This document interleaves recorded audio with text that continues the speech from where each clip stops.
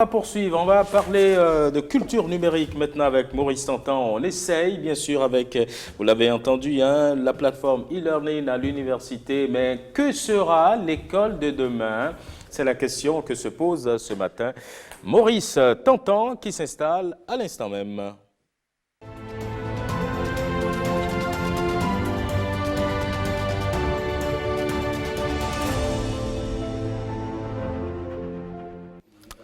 Le numérique, vous le savez bien sûr, apporte du changement dans tous les secteurs et l'école n'y fait pas exception. En cette semaine de rentrée scolaire, on s'intéresse donc aux évolutions que le numérique peut apporter dans le monde de l'enseignement. Maurice, bonjour. Bonjour Serge, comment vous allez? Je vais très bien, merci. Et vous également, j'espère bien, hein? Je vais très bien également. Allez, qu'est-ce que le numérique peut changer à l'école?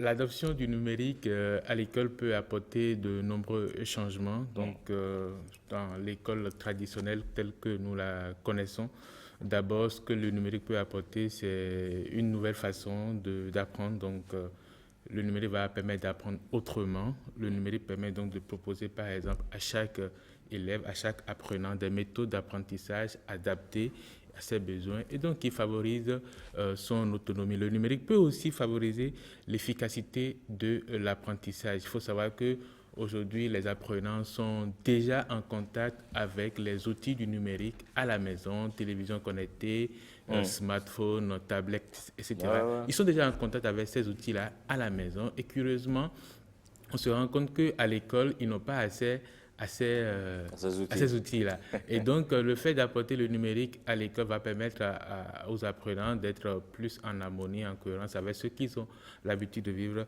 à la maison. Et donc, ce qui va probablement leur permettre de se retrouver plus facilement. Et puis, le numérique va aussi contribuer à la création de nouvelles méthodes d'évaluation. Et on a entendu le recteur en parler tout à l'heure. Donc, soulager l'administration scolaire et aider aussi à lutter contre certaines irrégularités comme les fraudes scolaires. Et chez nous, vous connaissez déjà la plateforme EducMaster qui aide déjà dans ce sens-là.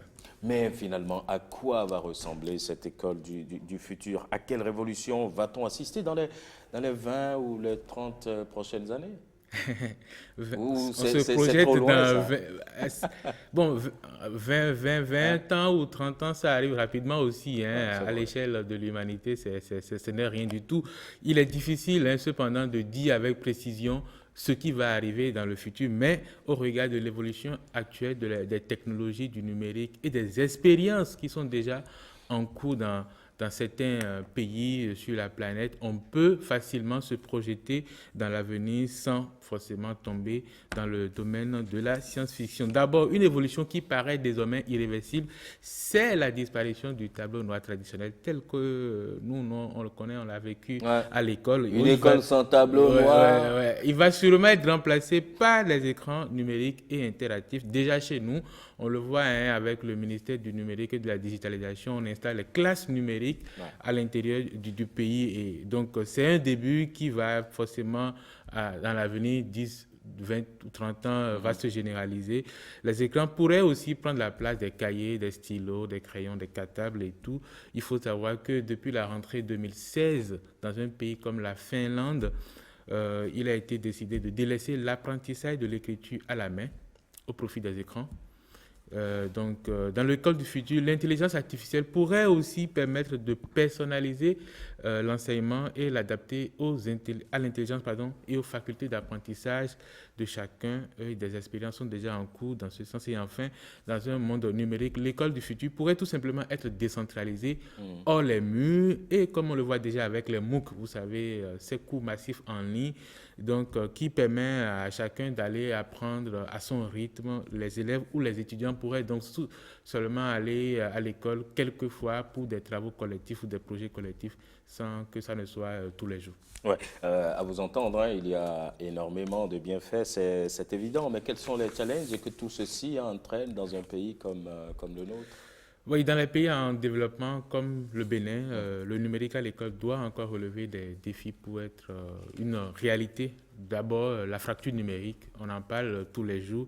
La réalité est que quand on parle d'accès à l'Internet, nous ne sommes pas tous logés à la même enseigne. Quand on est à Cotonou ou à l'intérieur du Bénin, par exemple, l'accès n'est pas toujours facile pour les uns et les autres. Donc, l'accès au numérique est donc un challenge, est donc encore un objectif à atteindre dans notre pays. Il faudra donc relever ce défi-là au fur et à mesure pour ne laisser personne de côté, pour reprendre le slogan très cher aux Nations Unies. L'autre défi est la formation des acteurs du système éducatif, notamment les enseignants. Il n'y a pas d'école sans enseignants.